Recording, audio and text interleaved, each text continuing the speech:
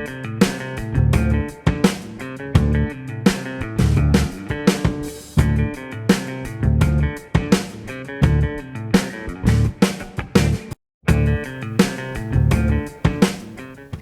pagi pemirsa Sultan TV, senang sekali saya Agus Maulana kembali hadir di hadapan Anda di Bincang hari ini.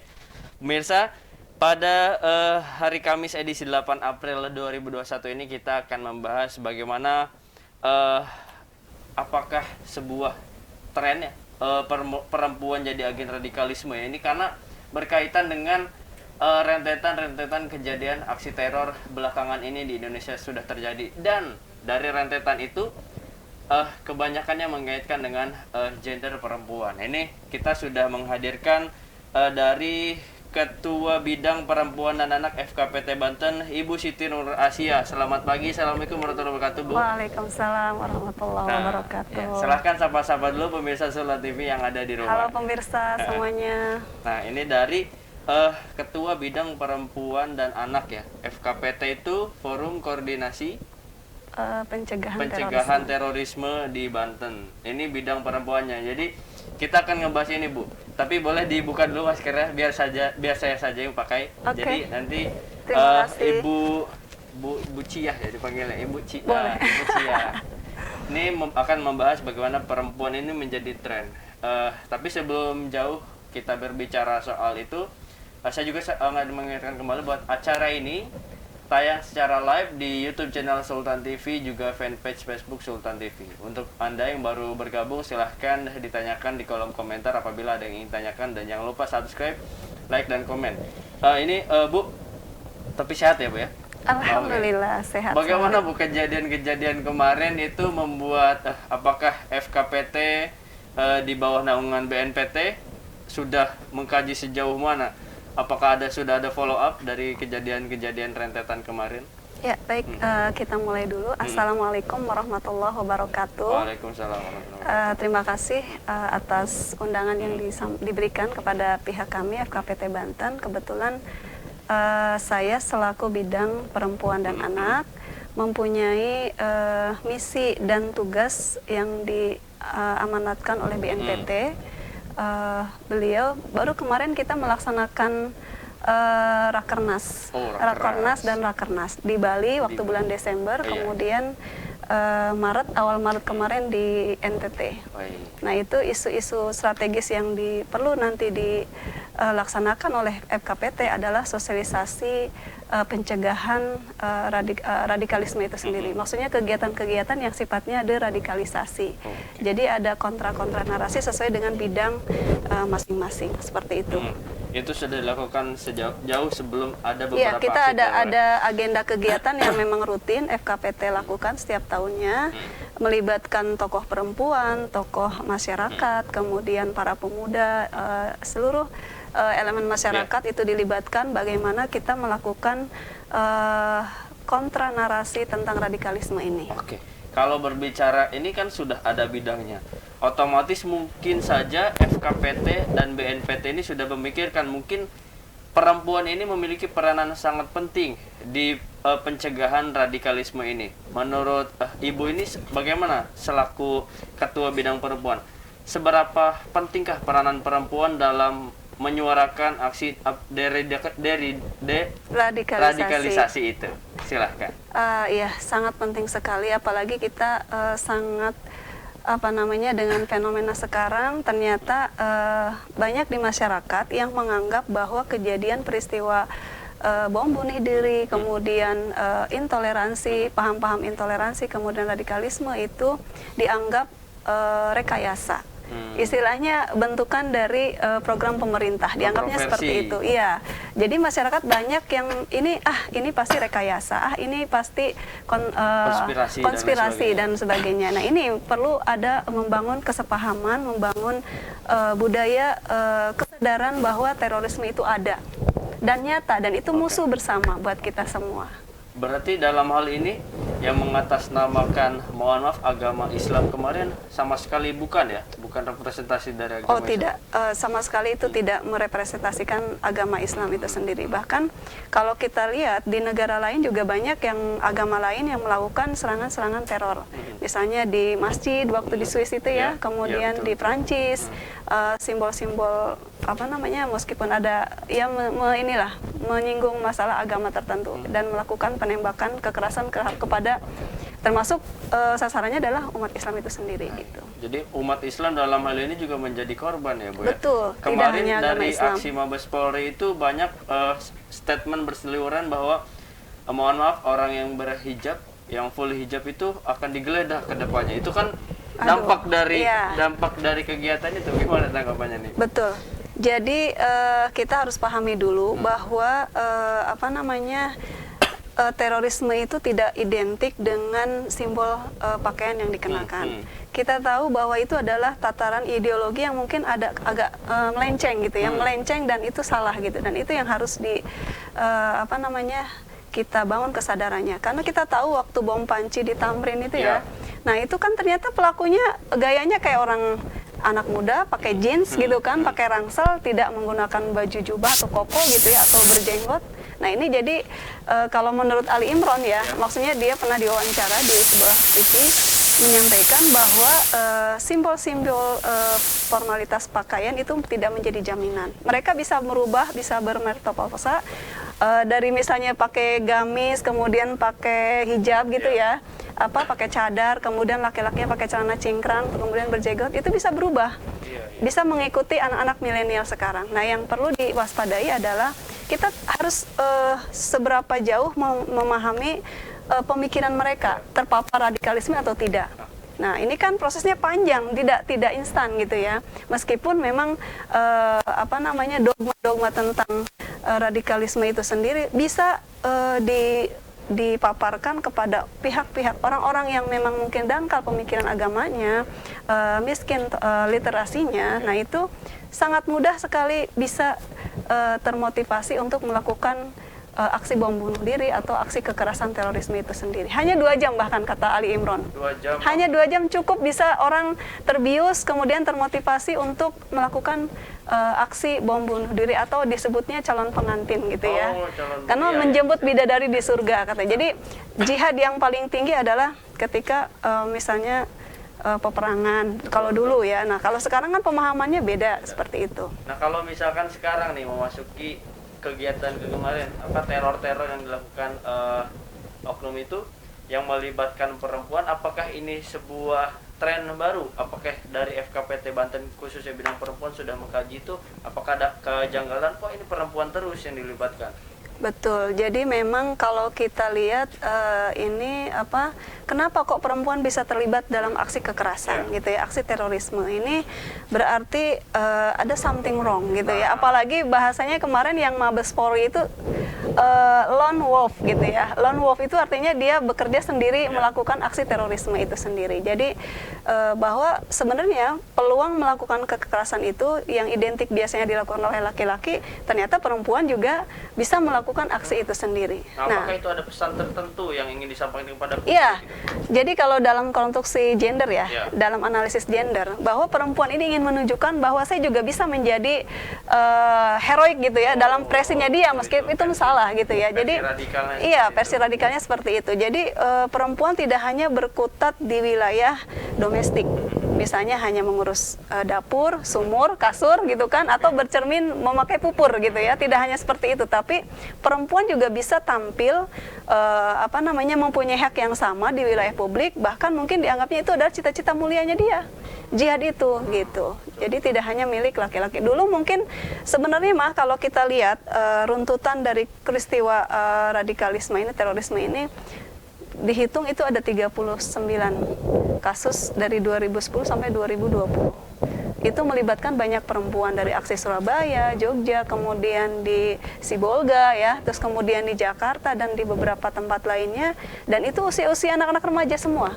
Bahkan yang kemarin yang di Makassar, yang di Makassar yang suami istri itu baru menikah baru menikah 6 bulan tapi udah mempunyai cita-cita impian yang seperti itu gitu. Ingin Baik pemirsa, obrolan kita seputar radikalisme ini akan semakin menarik, dan kemana tetap di Bincang hari ini.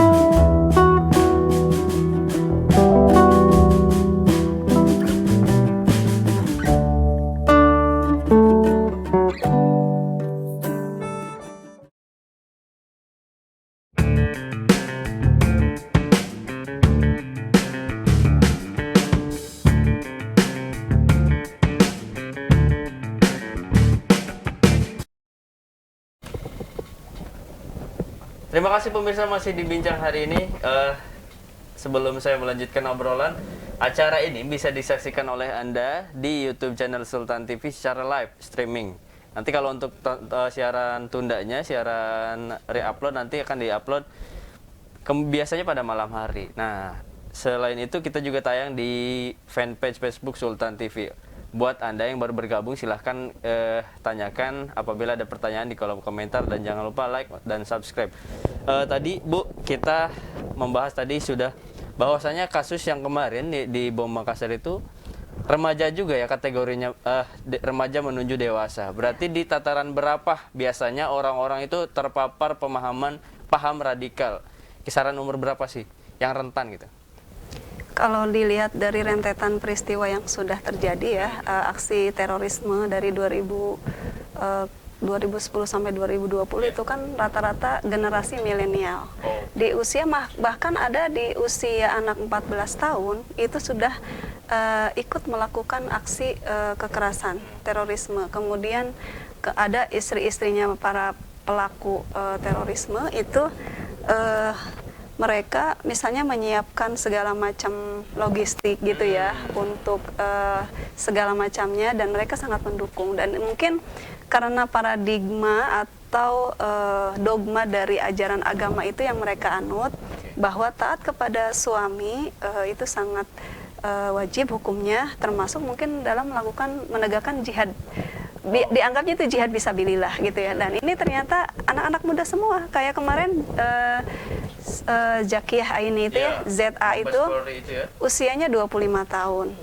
Terus kemudian yang kemarin juga Lukman dan istrinya itu baru 6 bulan menikah, berarti usianya di bawah 30 tahun. Iya, di kisaran itu. Gitu. Nah, kalau untuk presentasi gender pada saat ini, apakah memang potensi perempuan itu lebih mudah terpapar atau sama 50-50 lah sama laki-laki, gimana tuh? Ini sebenarnya 50-50 ya, jadi tidak cenderung kepada perempuan atau kepada laki-laki. Ini kebetulan memang perempuan ini kemarin kalau kita lihat ya kejadian di Mabes Polri itu, dianggapnya kan perempuan itu tidak melakukan aksi kekerasan, apalagi dengan motif dia bertanya itu ya di mana kantor pos gitu ya, seperti itu. Kemudian tanpa curiga mungkin polisi juga menganggapnya ini perempuan gitu ya, bercadar gitu ya, baik-baik gitu.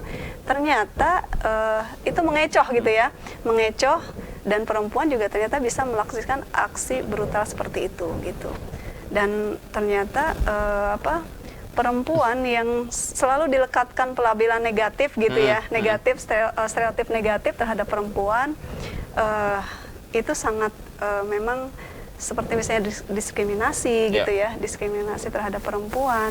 Dan ini menunjukkan bahwa perempuan ini punya power sama dengan laki-laki, punya kesempatan yang sama. Dan memang ada juga nih pemahaman dari ahli grafologi ya, kalau nggak salah dibaca surat wasiat dari Mabes Polri itu ya, yang Lukman sama ZA ini, itu dari gaya tulisannya ternyata itu dia merasa insecure, merasa tidak nyaman dengan dirinya sendiri. Mungkin itu dibentuk karakternya itu oleh dirinya sendiri. Dia tidak terbuka dengan lingkungan. Istilahnya mungkin selama ini yang menjadi guidance-nya dia itu hanya di dunia medsos. Apalagi di zaman masa pandemi ini. Kita jarang berinteraksi dengan masyarakat, jarang ngobrol, jarang berkomunikasi langsung. Jadi semua mungkin acuannya di medsos itu sendiri. Medsos itu menjadi salah satu peluang juga terjadinya paham-paham radikal yang bertebaran. Boleh jadi kalau misalnya di antara kita atau di keluarga tidak ada filterisasi. Betul. Nah ini penting, makanya mungkin keluarga garda utama untuk pencegahan radikalisme. Yang paling penting itu di keluarga dulu, kemudian masyarakat juga, ini semua harus terlibat aktif. Tidak hanya tugas pemerintah, tapi semuanya gitu. Ini ada pertanyaan dari netizen nih. Bu Siti, apakah benar kelakuan saat ini ISIS sudah memproyeksikan wanita, perempuan dan anak untuk proyeksi aksi teror-teror selanjutnya? Jadi mungkin ke depan apakah kemungkinan terjadi lagi garis-garis aksi teror seperti yang melibatkan perempuan? Bisa jadi. Kalau keterangan Ali Imron ya selaku ex-napiter, narapidana teroris, mantan narapidana teroris itu menyatakan bahwa aksi ini bisa terulang lagi. Karena memang sejauh kita mungkin tidak bisa menyelami pemikiran-pemikiran anak muda sekarang, terus kemudian pemahaman-pemahaman yang tadi itu ya, penafsiran agama yang salah, kemudian kita nih sebagai masyarakat, sebagai tokoh agama, tokoh masyarakat, semua harusnya ikut mensosialisasikan deradikalisasi itu sendiri. Kan ini tidak instan ya. Tadi mulai misalnya pernyataan sikap dia tentang negara, misalnya ini negara tidak adil, seperti itu ya. Saya sekarang nggak kerja lah atau apalah, ini negara tidak adil nih sama saya nih, misalnya seperti itu. Iya, tidak terakomodir dengan opininya. Terus kemudian dia ingin mengharapkan negara ini menjadi Islam State gitu ya, negara bersyariah gitu, seperti itu. Padahal kan sudah jelas bahwa kita ini negara Darussalam gitu ya, negara keselamatan untuk semua. Jadi semua agama, tidak Darul Islam gitu ya, apalagi Darul Kufar gitu ya, negara kafir, bukan juga gitu. Ini semuanya harus ikut sama-sama ya, kita semua bagaimana negeri ini supaya aman, damai, tidak ada kekerasan seperti itu. Tapi kalau biasanya nih, kalau kita melihat pola-pola, mungkin FKPT sudah melihat itu. Hal apa yang bisa menimbulkan paham radikal itu muncul di benak pikiran orang nih, masyarakat Indonesia khususnya untuk kondisi geografis di sini? Ya, oh ya tadi ada yang lupa ISIS ya, mengenai ISIS masih ada nggak? Ada kemungkinan nggak dia ini ya? Nah kalau kita tahu itu di 2015-an ternyata ISIS pernah open recruitment. Oh, oprek. Iya. Jadi maksudnya kayak semacam mau cari kerja atau lowongan gitu. Ternyata itu menurut lagi-lagi Ali Imron ternyata banyak ininya ya, mungkin informasinya. Beliau mengatakan itu ternyata berbondong-bondong gitu, orang mau menjadi calon pengantin, bahasa tanda kutip calon pengantin, ingin melakukan aksi bunuh diri karena memang jaminannya surga. Yaitu tadi dengan 2 jam diberikan pemahaman tentang jihad gitu kan, tentang negara yang ideal dan lain-lain. Nah, itu impian-impian yang keliru yang ditawarkan kepada generasi milenial itu sendiri. Gitu. Daripada misalnya hidup kesananya nanti susah, negara togut gitu kan, bugot gitu kan, bahasa-bahasa togut, bugot itu yang sering digaungkan oleh mereka. Seperti itu, pemilu, demokrasi. Kemudian kalau kita lihat surat di 2 surat itu ya, Luqman dan ZA itu bahasanya kan kayak riba itu haram gitu ya. Terus kemudian 3 pilar utama yang harus ditegakkan, misalnya sholat, jangan lupa Umi gitu kan, untuk melaksanakan syariah agama, termasuk jangan meninggalkan sholat gitu kan. Terus kemudian setelah sholat tauhid gitu kan, hanya kepada Allah. Dan mungkin kalau bahasa dulu zaman golongan-golongan di luar Ahlus Sunnah wal Jamaah, kan ada yang menyebutkan la hukma illallah, tidak ada hukum kecuali hukum Allah yang harus ditegakkan. Nah ini pemahaman bahwa demokrasi ini adalah togut gitu ya, undang-undang ini bentukan manusia, Pancasila itu bentukan manusia, dan itu bertentangan dengan nilai-nilai agama, dianggapnya begitu gitu ya sama mereka itu. Padahal kita tidak lebih tekstual, tapi lebih ke kontekstualnya, bahwa kita paham bahwa Pancasila ini kan yang merumuskan para ulama, para tokoh agama, dan itu spiritnya adalah nilai-nilai dari nilai ajaran Islam juga. Misalnya kayak sila pertama kan, ketuhanan yang Maha Esa, kita ambil dari surat Al-Ikhlas. Terus kemudian sila kedua, kemanusiaan yang adil yang beradab. Nah itu sila ketiga misalnya persatuan Indonesia, wa'tasimu bihablillahi jami'an wala tafarraqu gitu kan, dan lain sebagainya seperti itu. Jadi semua mufakat dan sebagainya. Nah itu jadi mereka tidak lebih cenderung Islamnya Islam yang formalitas, bukan yang substansial gitu ya. Yang kader-kader radikal itu formalitas. Iya, mereka lebih ke formalitas, dan juga ciri-cirinya gampang, cara mengenalnya ya. Maksudnya bukan gampang. Ya, barangkali itu saat ini sudah berkeliaran di sekitar kita kan? Iya, betul. Jadi misalnya kita flashback lagi, misalnya kemarin Pilpres lah ya. Misalnya, tapi nggak semua juga yang mencaci maki pemerintah itu dianggap teroris, tidak juga. Tidak. Tapi misalnya mulai bibit-bibitnya itu muncul ketika misalnya aksi teror kemarin dianggap itu rekayasa pemerintah. orang-orang yang itu udah merekayasa bibit-bibit juga sebenarnya. berbibit ya? Itu udah bibit-bibit sebenarnya. Terus kemudian dia mengharapkan yang menang si A, misalnya ini B gitu kan. Itu emang bukan jaminan juga, tapi ketika misalnya dalam pemahaman teks agama tentang kita negara pluralisme, mereka kadang-kadang berbeda pendapat. Terus kemudian paling misalnya kalau misalnya muncul nih terorisme, ini mah pasti jualan pemerintah lagi nih, proyek pemerintah lagi nih. Padahal kan memang benar kata Ali Imran juga, penting sekali dilakukan sosialisasi tentang deradikalisasi. Bagaimana Islam moderat misalnya, atau agama Kristen moderat gitu ya, agama lain juga perlu melakukan hal ini gitu.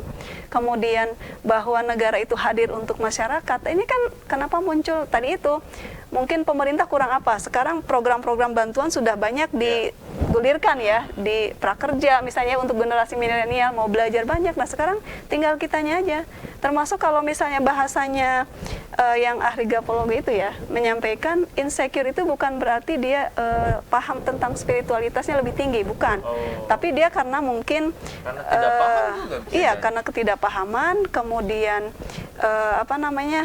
insecure dalam artian dia mungkin menganggap saya sudah tidak diperlakukan dengan adil, dalam keluarga juga mungkin kurang komunikasi dan lain-lain. Nah, bicara keluarga nih, ini berkaitan juga sama ibu-ibu di rumah. Iya. Nah, bagaimana sih cara ibu itu melakukan tahapan awal untuk mencegah terjadinya paham radikal hidup di keluarga? Nah, ini penting sekali memberikan pemahaman kepada mohon maaf, kadang ibu-ibu juga yang memberikan pemahaman-pemahaman seperti itu kan, anak malah lebih nerima cepat gitu ya. Betul. Nah, ini penting ya, maksudnya memberikan pemahaman dasar tentang moderasi beragama itu sangat penting, tidak hanya secara amaliyah. Karena kita gini, ada warga Nahdien mengaku mempunyai amalan misalnya doa kunut gitu ya, terus kemudian tahlilan, itu dianggap selesai. Tapi dalam harokahnya, fikriyahnya, ketika membenci pemerintah itu dianggap boleh-boleh aja katanya gitu kan. Terus misalnya ada berita hoax gitu ya, tidak mempercayai berita mainstream, itu istilahnya dia mencari berita yang mau menurutnya dia itu sesuai dengan kemauannya dia gitu, tidak objektif gitu, lebih subjektif seperti itu, dan ini bahaya gitu. Makanya mungkin kita harus banyak berguru, tidak hanya pada satu guru tapi beberapa macam guru, karena kan Allah menciptakan surga itu banyak dengan jalan subulus salam gitu ya, jalan-jalan menuju keselamatan, tidak hanya satu jalan, banyak pintu-pintu kebaikan yang bisa kita tempuh, dan kita harusnya lebih menciptakan bahwa bagaimana membangun mereka itu pendidikan moderasi beragama itu artinya kita banyak bergaul dengan berbagai lintas budaya agama tertentu. Contohnya saya pernah menjadi panitia lah istilahnya ya, komunitas Peace Train namanya. Peace Train, apa tuh Peace Train? Peace Train itu kalau peace perdamaian, train itu kan kereta ya. Jadi mereka melakukan komunitas lintas agama budaya. Itu ada Kristen, Konghucu, termasuk Sunda Wiwitan juga ada, kepercayaan dan lain-lain. Ternyata itu sangat efektif ketika ada ruang-ruang pertemuan langsung. Mereka berinteraksi, ngobrol gitu ya tentang budaya, tentang masa depannya, kemudian belajar juga mengunjungi berbagai macam tempat ibadah mereka menghargai satu sama lain, itu sangat penting. Jadi mungkin kita ini harus banyak komunitas-komunitas seperti itu. Jadi tidak menjaga jarak dengan perbedaan agama, terus kemudian tidak ketika misalnya ada ketimpangan masalah korupsi dan lain-lain kemudian langsung ngejudge itu karena negaranya togut, karena itu segala macam, karena itu kan oknum gitu ya. Nah ini yang paling penting, itu tidak hanya state secure, maksudnya tidak hanya menjaga keamanan negaranya, tapi lebih ke personal secure-nya itu sendiri. Jadi maksudnya personalnya ini yang harus kita sama-sama jaga gitu. Pemikirannya mungkin harus masuk ke modul-modul wawasan kebangsaan di tingkat sekolah-sekolah dasar gitu ya. Tapi kalau menurut saya kan nggak semua ibu itu sepemikiran dengan Ibu Siti Nur Asiah ini gitu kan, wawasannya beda-beda. Tuh kalau minimal kalau ibu rumah tangga tuh punya cara mengatur, mengelola, terus memberikan pendidikan deradikalisasi ini bagaimana? Secara simpelnya deh, kalau dalam kejadian sehari-hari. Misalnya kalau kejadian sehari-hari ya, ketika misalnya anak melakukan kesalahan, misalnya ya, itu tidak langsung dijudge gitu ya. Seperti misalnya kita memberikan penjelasan sebab akibatnya. Kalau melakukan ini nanti akibatnya begini. Tidak black and white gitu ya, tapi memang nggak boleh, udah nggak dijelasin. nggak boleh. Kenapa sih nggak boleh gitu kan? Harusnya ya kita berikan penjelasan ini karena begini, nanti dampaknya begini. Ya harusnya kan seperti itu ya pengertiannya. Apalagi dari usia TK itu harusnya sudah mulai tuh dibangun rasa menghargai pendapat orang lain. Nah itu yang harus dibangun. Sementara ini kenapa orang banyak yang pemahamannya intoleran dulu kan, setelah intoleran mungkin dari hate speech kemudian intoleran, dari intoleran muncullah radikalisme gitu ya, seperti itu tahapan-tahapannya.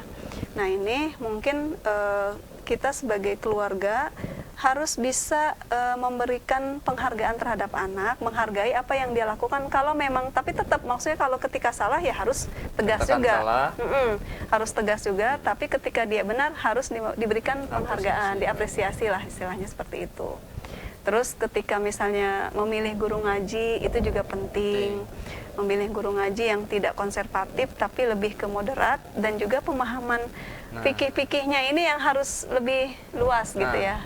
Tidak hanya tekstual tapi lebih banyak lah istilahnya. Kemarin banyak juga menganggap, wah kalau sudah ada kejadian-kejadian di Mabes Polri dan Makassar, berarti selama ini kita kecolongan nih, ada semacam penyebaran paham yang terselubung, berkamuflase kayak gitu. Iya nggak sih, Bu? Apakah berarti sejauh ini juga masih ada tuh mimbar-mimbar penyebaran paham radikal di Indonesia, terutama di Banten deh?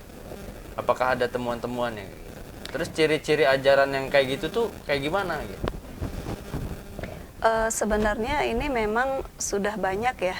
Maksudnya kita temukan, tadi sudah disampaikan juga ciri-cirinya itu kan dari mulai dia menutup diri, tidak berinteraksi dengan masyarakat. Makanya pentingnya kita hidup berorganisasi itu banyak pembelajaran, mulai dari pramuka misalnya ya, kemudian organisasi kemasyarakatan, misalnya kalau mahasiswa ikut ada PMII contohnya ya, GMNI dan lain-lain lah. Nah ini penting supaya mereka membuka cakrawala pemikiran bahwa kita ini tidak merasa paling benar sendiri. Itu yang harus kita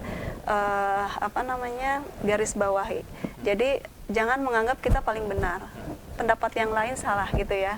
Seperti itu. Ini jadi membuka pendapat-pendapat orang lain, dan memang kita tadi itu mencari guru yang tepat, terus kemudian sekolah-sekolah juga yang tepat gitu ya. Misalnya ada yang sampai dia tidak mau menyekolahkan anaknya ke sekolah yang ada upacara bendera gitu, ada baca lagu Indonesia Raya kan, padahal kalau NU sendiri mengajarkan hubul watan minal iman ya kan, mencintai negara adalah sebagian dari iman gitu. Itu ajaran yang sangat mulia, dan kita gimana mau ibadah aman kalau misalnya negaranya tidak aman. Gitu kan, kita bersyukur, maksudnya diciptakan bersuku-suku dengan berbagai macam budaya. Beda dengan di Suriah misalnya, Suriah kan hanya Islam semua gitu ya, tapi ternyata konfliknya sangat tinggi karena memang kabilah-kabilahnya itu merasa ingin unggul gitu kan. Sementara kalau di Indonesia lebih kebersamaannya itu yang harus dimunculkan gitu. Dan ada pertanyaan dari Abdul Rojak nih. Kalau perempuan yang polos itu apakah sangat rentan untuk didoktrin paham radikal, Bu?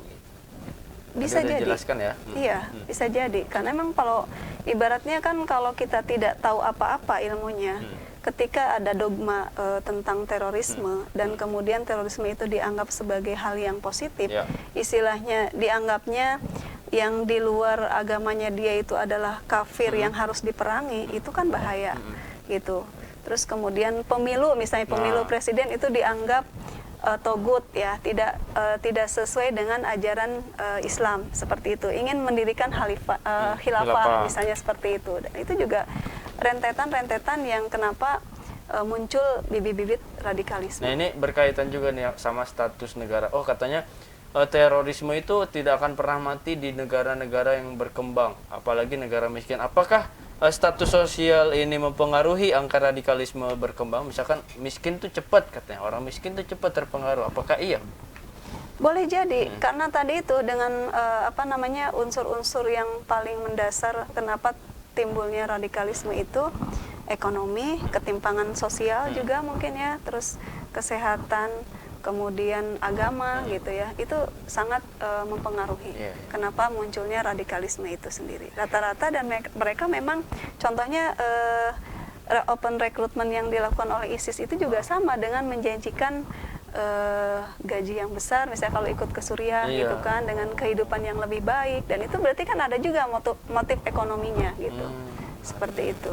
Oke pemirsa, obrolan kita akan lebih menarik lagi. Jangan kemana, tetap di Bincang Hari.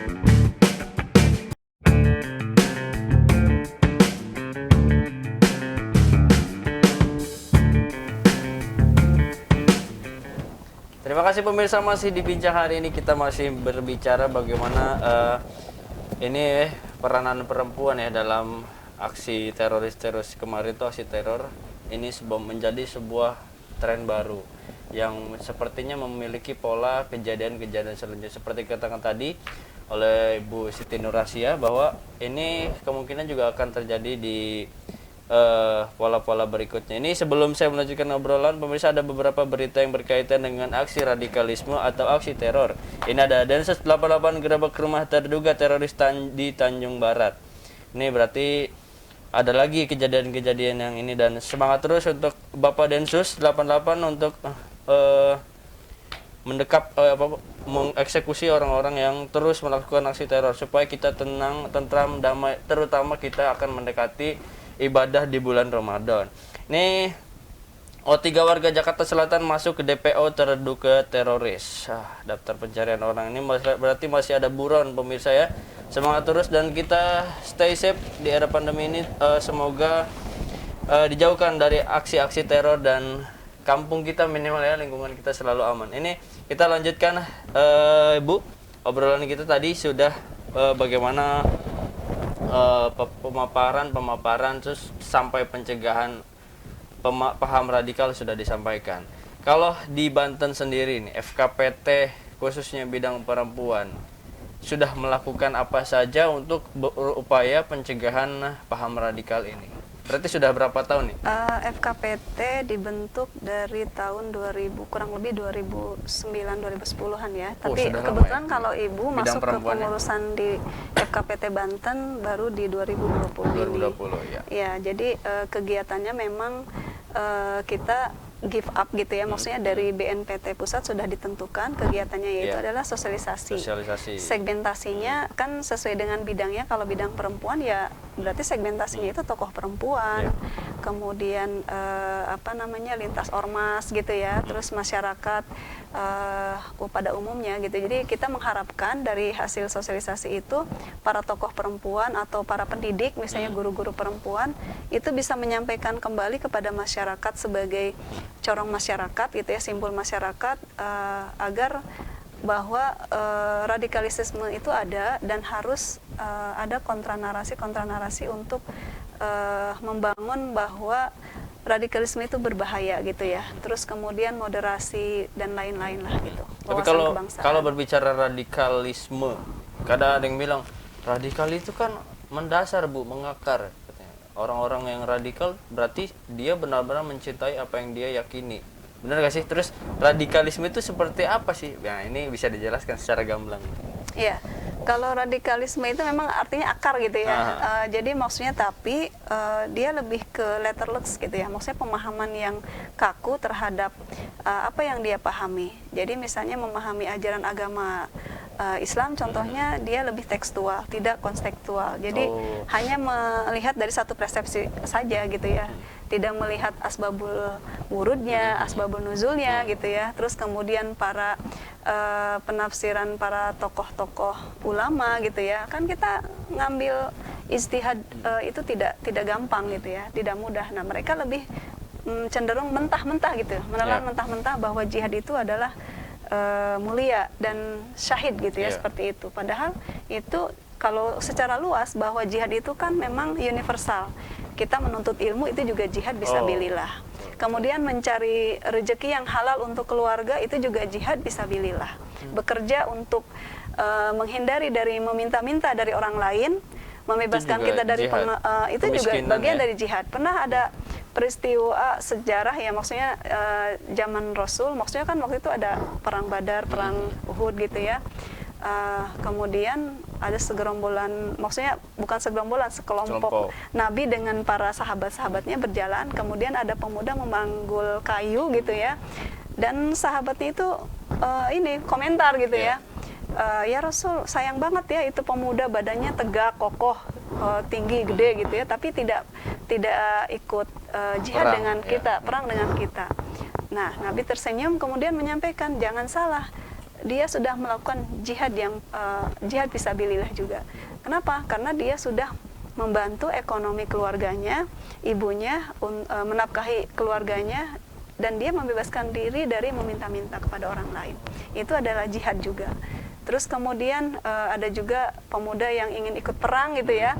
Terus kata Nabi, jangan, maksudnya kamu jangan semua ikut berperang, harus belajar juga gitu ya, belajar tentang ilmu fikih dan lain-lain, karena memang itu juga jihad, bagian jihad gitu. Jadi kalau zaman Rasul kan memang perang itu bukan menyerang, tapi memang melindungi dari serangan kaum kufar yang begitu dahsyat. Baik. Berarti potensi untuk jihad itu sebenarnya banyak pintu ya, istilahnya bukan satu tok ya, jihad itu harus membunuh diri gitu, atau membunuh.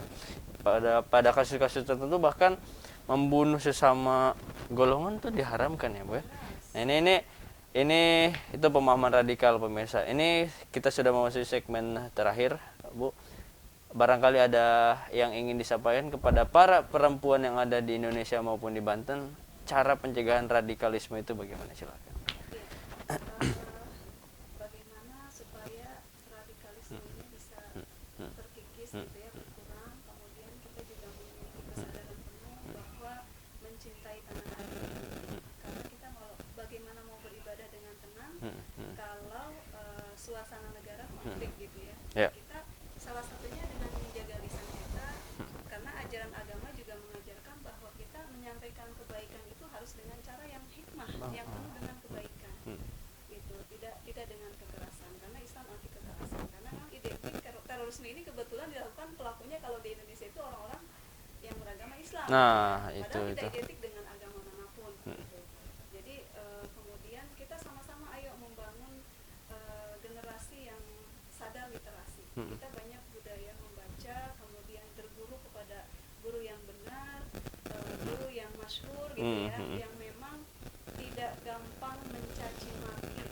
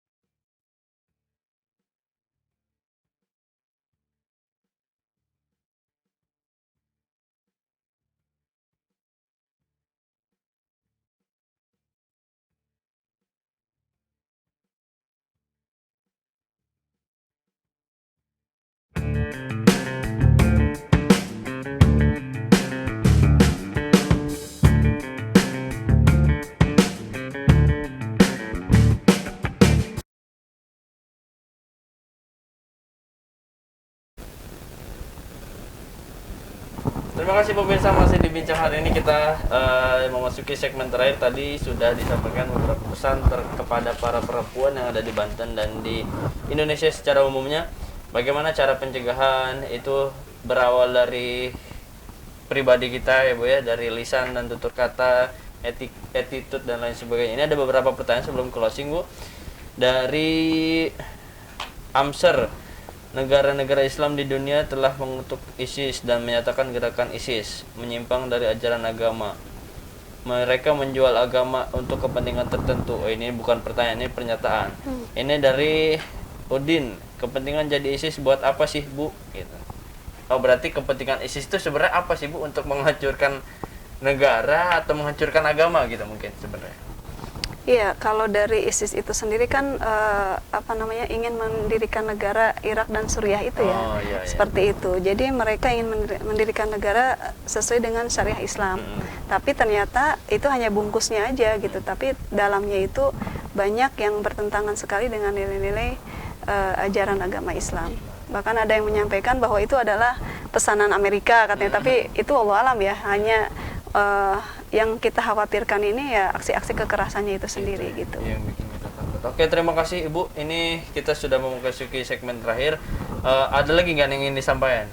Closing statement. Oh ya, sedikit mungkin silakan. disampaikan bahwa penting buat para perempuan kita jangan menjadi simbol kekerasan, tetapi menjadi agen perdamaian buat semua masyarakat. Karena memang perempuan itu sebagai madrasah utama di rumah, pendidik di rumah, sebaiknya mungkin simbol sebagai ibu yang penuh kasih sayang, penuh dengan kelembutan itu tetap dimunculkan, tidak identik dengan kekerasan. Jadi jadilah agen perdamaian buat semua orang. Itu dia pemirsa, jadi agen perdamaian. Agen perdamaian bisa dilakukan Siapapun. bapak-bapak juga ya? Oh iya. Benar, bapak-bapak juga jangan Siapapun. bisa jadi agen Karena ini perdamaian. perempuan kebetulan jadi sorotan Ya, gitu. betul. Ini hanya saja sesuai tema ini pemirsa. Jadi bapak-bapak jangan minder, semangat terus untuk terus menjaga perdamaian.